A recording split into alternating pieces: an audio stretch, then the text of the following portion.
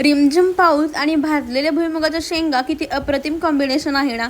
तर आमच्या घरात असा एकही व्यक्ती सापडणार नाही की ज्याला भाजलेल्या भुईमुगाच्या शेंगा आवडत नाही. समोर जरी दिसल्या की सगळ्याच्या सगळे फस्त करून टाकतात.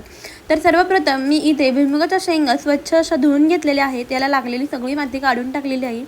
त्यानंतर एका चाळणीमध्ये या शेंगा घेतल्या. गॅस छान असा पेटवून घेतलेला आहे आणि त्यावरती ही चाळणी ठेवून या शेंगा छान अशा मीडियम गॅसवरती भाजून घ्यायच्या. मीडियम गॅसवरती शेंगा भाजल्याने आतमध्येपर्यंत खूप छान अशा त्या भाजल्या जातात आणि शेंगा चवीला देखील खूप उत्तम लागतात. तर मध्ये मध्ये या शेंगा सतत परतत राहायच्या आहेत.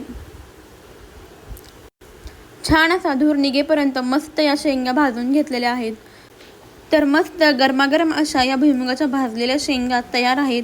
चला तर तुम्हाला देखील अशा गरमागरम भुईमुगाच्या शेंगा पावसामध्ये खायला आवडतात का? कमेंट करून नक्की सांगा आणि आपल्या चॅनलला सबस्क्राईब करा, शेअर करा, लाईक करा.